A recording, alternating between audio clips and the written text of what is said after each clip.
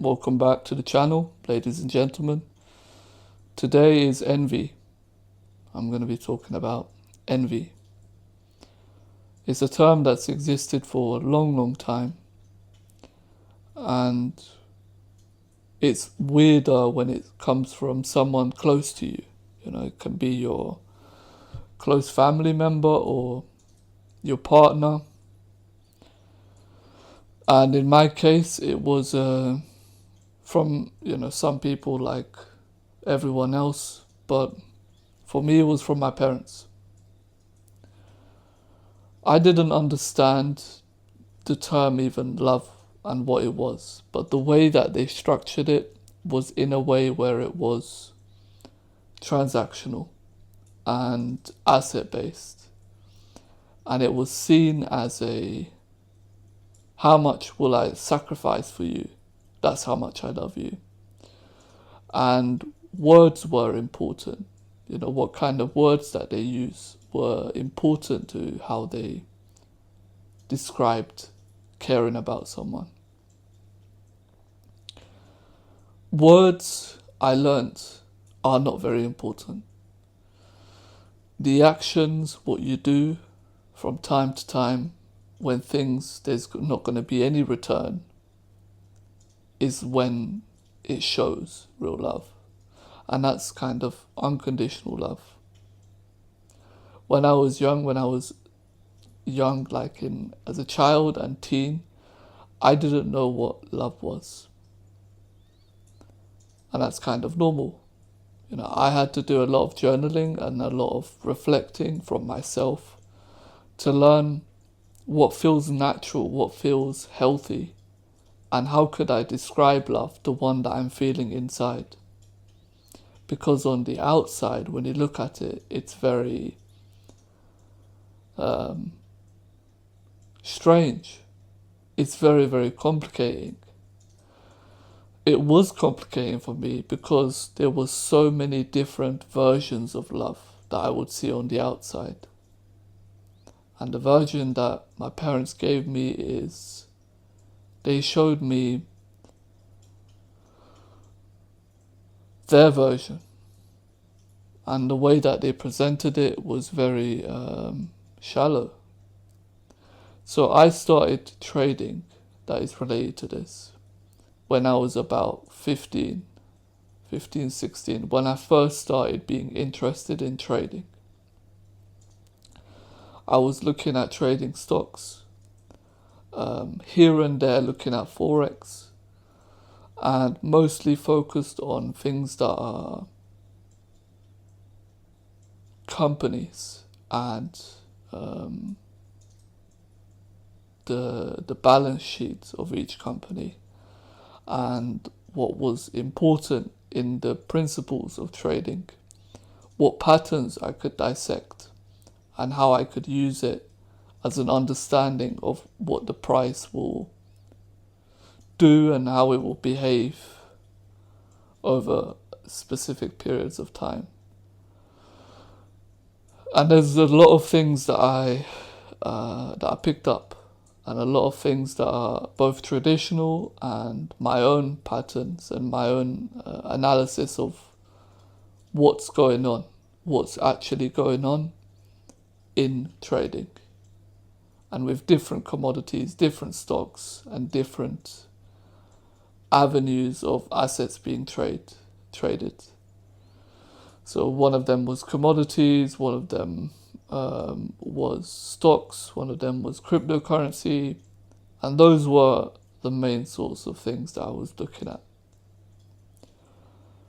I started, and for the first time in my life, I saw my parents' reaction to some success, And for them, they were focused a lot on the success. They were focused a lot on the outcomes and the potential outcomes. For me, I was just fascinated more than the outcomes. And I learned their perspective being from their reactions. It was that They didn't see the dedication to learn about something that you don't know. It can be anything, it can be about anything. And when you do have some dedication, you are put on a path that you are able to, put aside your ego and say, I want to discover more, and I want to discover the things that people have discovered, and then discover stuff that, or midway discover the things that I am going to find along my way that people haven't seen, many people haven't seen. And that's not something that they want to do. They let their arrogance and ego get in the way of learning and having dedication to learn. It's almost like you get a managerial position just to be a manager, just for the title, just for the power, not because you're interested in the area that you're working in, and there's some qualities of you that are good for boosting the people around you and making them perform better and be the better version of themselves, and being passionate, being something inspirational. People can take inspiration from your work and the way that you do your field, whatever it may be. So they're not really focused on the work. They are focused on the title and the power, basically. And I learned that it's a shame. It's a shame because as people, I got past the hating part, the hating my parents part, the disliking my parents part. And it's a shame. It's a shame that they are unable to learn, right? That's discover, have some passion behind it, feel trading, feel it, understand, sometimes don't understand, fail.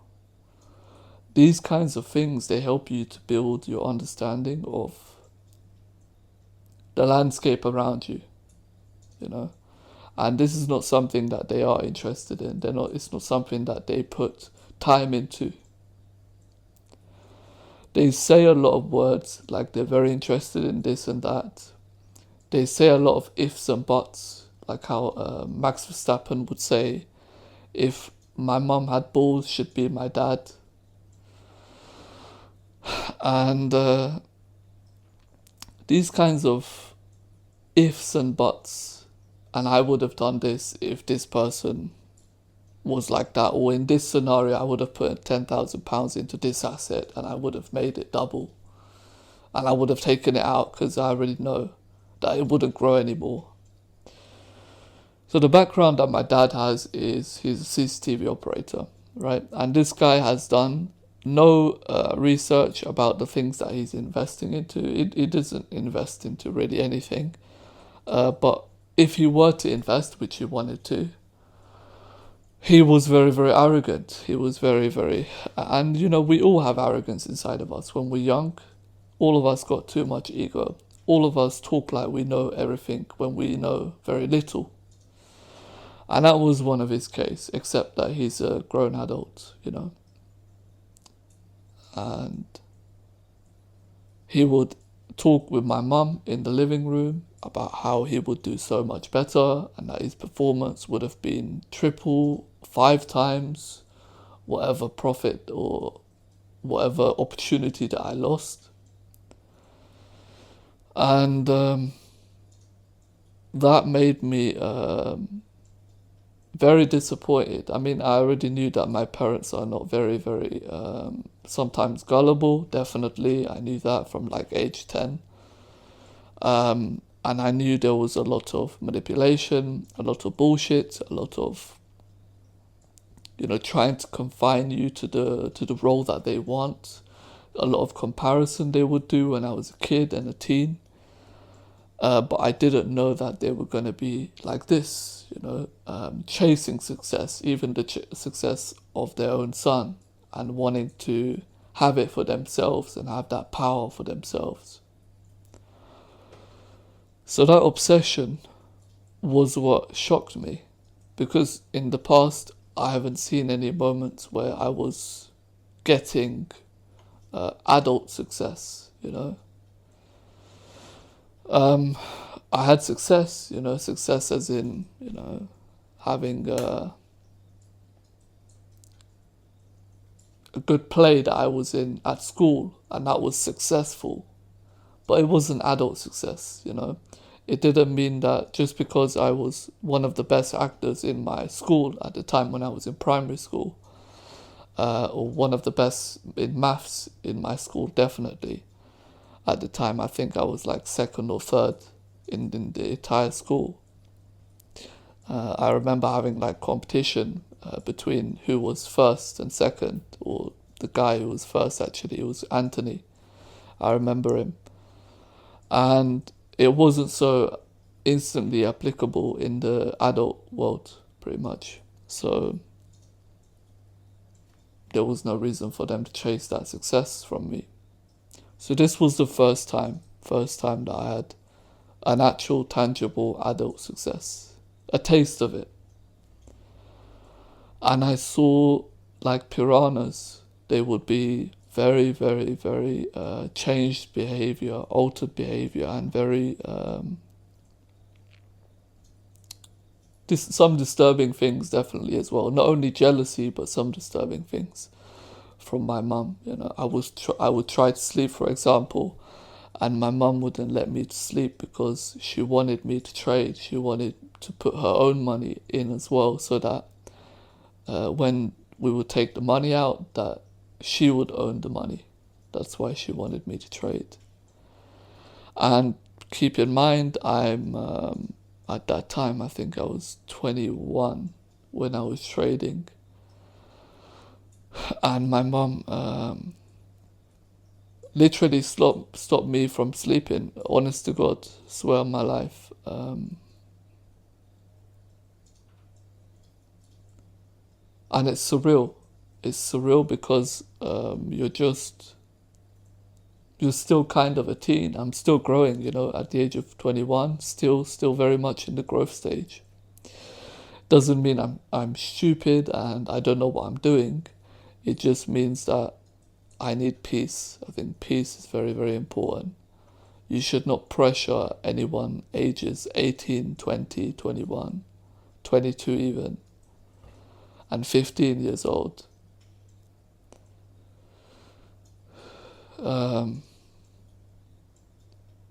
So yeah, he was talking, and he didn't put any dedication. He didn't put any dedication to research about trading, learn the principles, what's liquidation, what's consolidation, what's accumulation, what's a MACD, what's a profile volume. None of these things. Moving averages. These are basic relative terms of trading, and these are some of the tools that are used. And they don't put in the dedication to learn these basic things, so you can't take them seriously because they're not doing the basics. They're not even trying. A lot of life, a lot of success is got to do with just trial and error.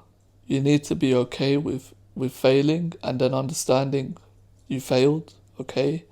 And maybe you failed 5 times and maybe 10 times. And then having a look at it again. Not giving up, and having a look at it again and trying to improve whatever that your previous attempts were, They didn't do that. They did not do that. They wanted to rely on me to save them, pretty much, to save their egos. And I didn't understand this. I did not understand this. I think about to age 22, 23, no, yeah, 22, 21. So I'm 24, 25 now, turning. And it's only been about 3 years since I've understood this. That's what's disturbing. That it's disturbing that I understood it very recently. It counts as recently, 3 years. That I was feeding their ego. I was the element, not the sun. I wasn't the sun. I was the element to rescue their ego. And that's what was disturbing.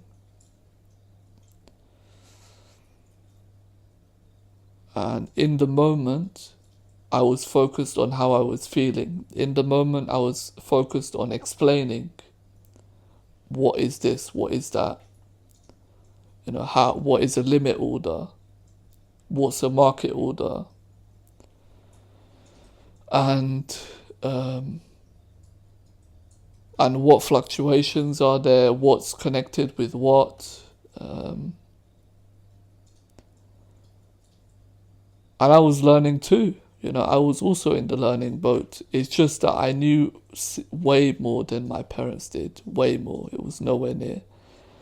And I was trying to help them, not realizing that I was feeding their egos. I was actually a rescue boat, a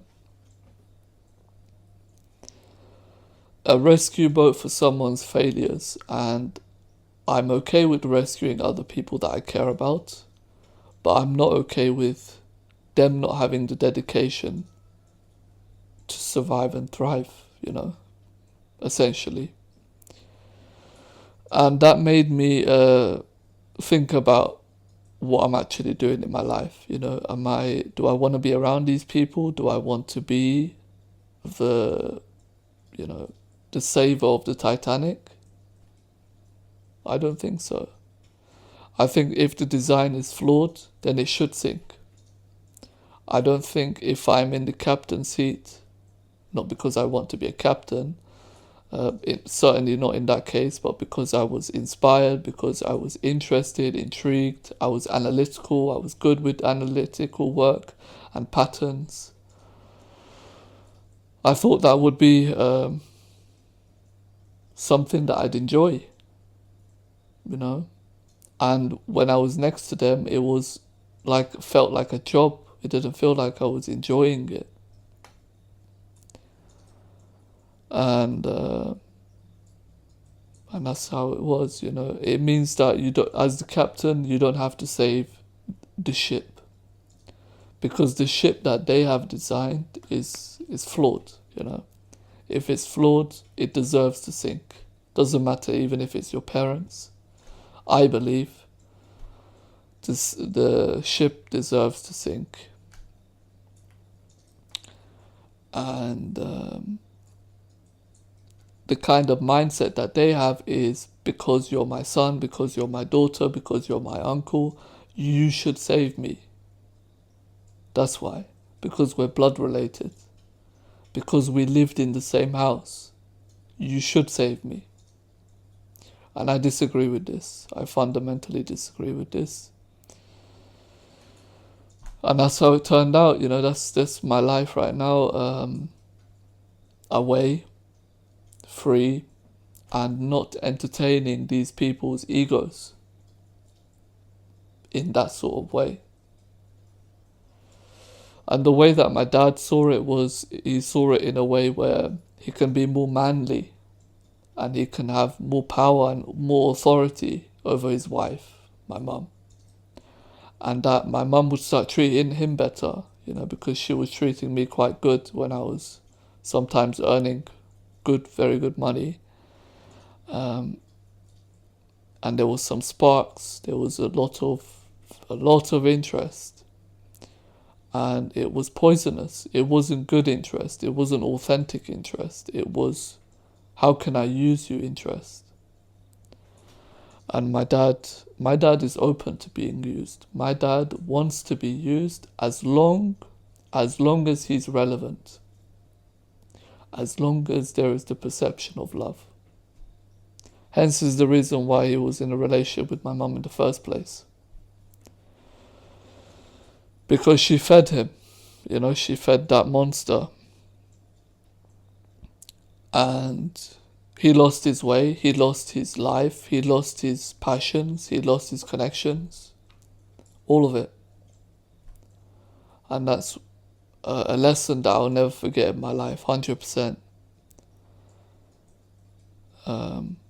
There's no amount of working that gives you this kind of experience. There's no amount of £100 million that gives you this kind of experience. It's crazy.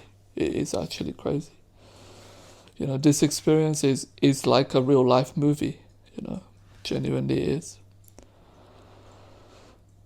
And it gives you value where you couldn't read any textbook. You could not, to understand it, there's no way. Unbelievable.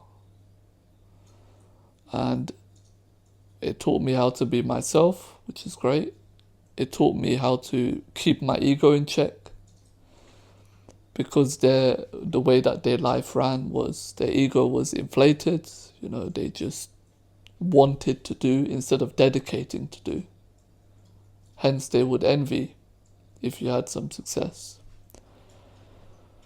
They wanted without working, without learning, They wanted it to be given. And my dad tried that. My dad tried to be more manly.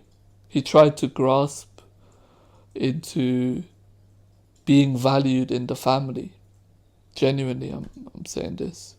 Not only from my mum, but in general, to be respected.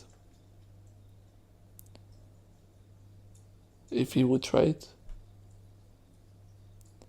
he saw that as an escape from his own failures, from his own behaviors that led to the manipulations and the control and the coercions, the abuse, financial, managerial, operational, actually.